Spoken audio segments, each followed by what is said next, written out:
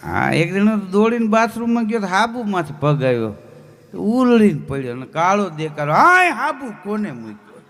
તો અહીં હું પાકિસ્તાન વાળા મૂકી ગયા હોય હવે આપણા ઘેરે બાથરૂમમાં હાબુ તો આપણા ઘરના મૂક્યો હોય ને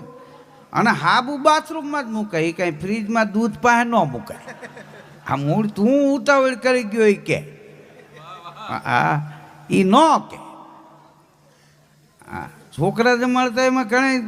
ઘણી વાર છોકરાનો બાપે આવી જાય ને એ છોકરાને પટાવીને લે હોય તે લાડવા મૂકે ગાંઠિયા મૂકે એટલે બધાને કે હવે કરો હરિયાર તો એનો બાપ ભેગો આવ્યો એ છોકરો બેઠો પેલા કે ખાઈ લે તો આમ ખંપો ઉલાડે